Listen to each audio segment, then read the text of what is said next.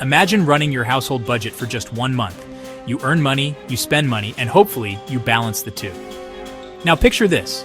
In July, the United States government spent $291 billion more than it took in. That's not over a year, but in a single month. Here's the twist. July wasn't a month where income collapsed. In fact, the government actually collected more money than usual, thanks to tariffs and other revenues. So how is it possible that even with more money flowing in, the deficit still ballooned? This is where the story gets interesting. On paper, tariffs were supposed to help balance the books.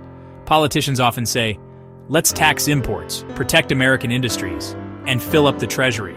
Sounds like a win-win, right? But July exposed the flaw in that logic. The deficit didn't shrink, it exploded. Why?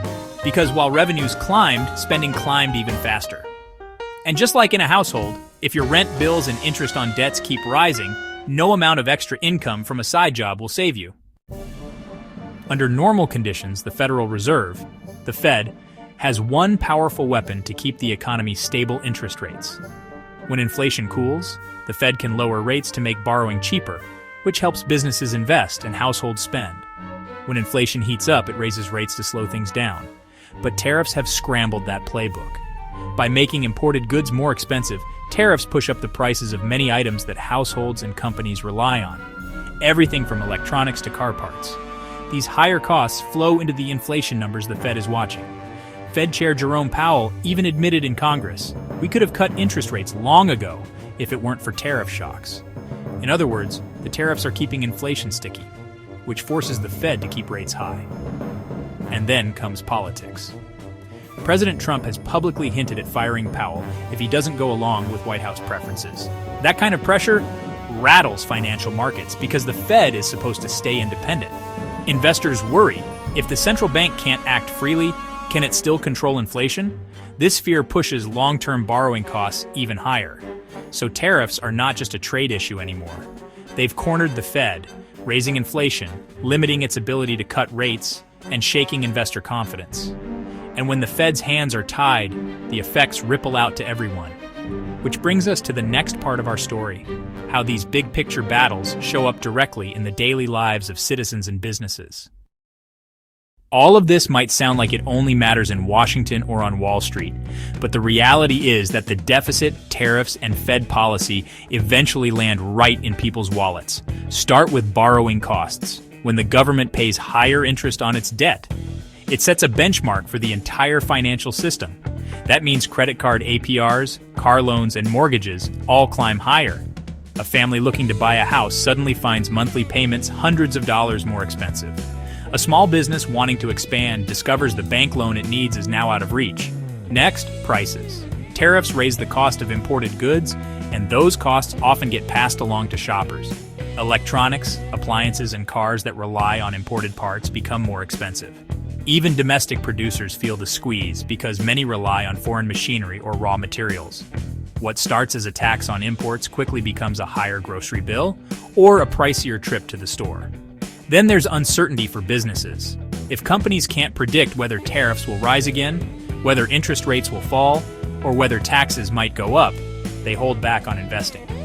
Delayed investments mean slower job growth, less innovation, and weaker economic momentum overall. So the ripple effect is clear higher costs for households, tighter credit for businesses, and a slower economy. It's not just about numbers on a government spreadsheet. These policies shape how people live and plan their futures. And this brings us to the next debate. If tariffs can't fix the deficit and rising interest is such a burden, then what are the supposed solutions? And do they actually work? When faced with a ballooning deficit, politicians often rush to offer fixes. But many of these so-called solutions are more like quick band-aids than real cures.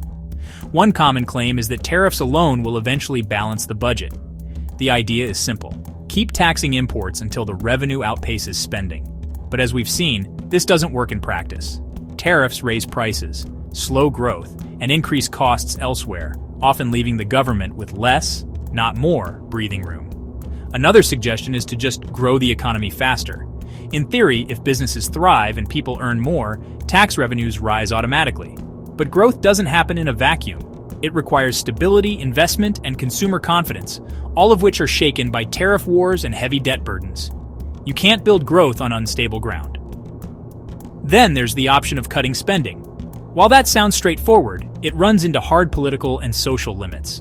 Cutting too deeply into programs like Social Security, Medicare, or defense sparks public backlash and risks weakening essential services.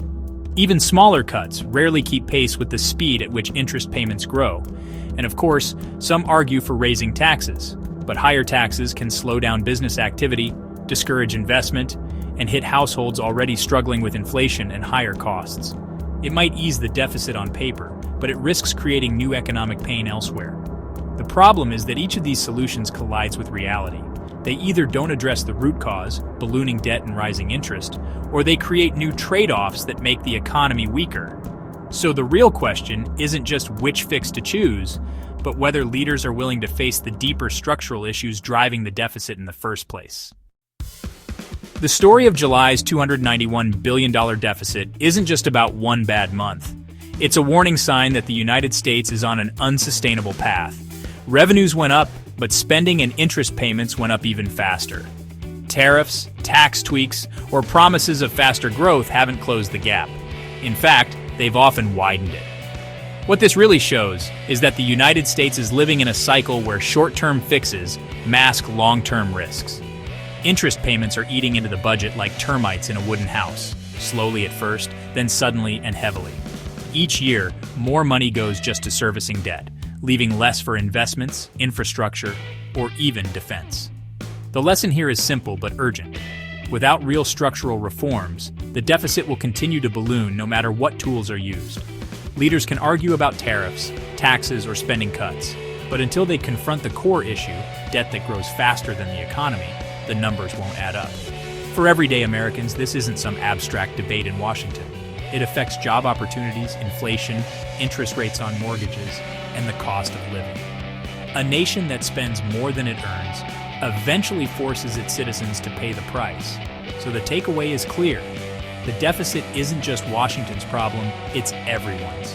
And if citizens don't demand smarter long-term strategies instead of political sound bites, the numbers will keep tilting in the wrong direction. The July deficit was a headline, but what matters is whether it sparks a real conversation about America's financial future, or whether it fades until the next crisis forces us to pay attention.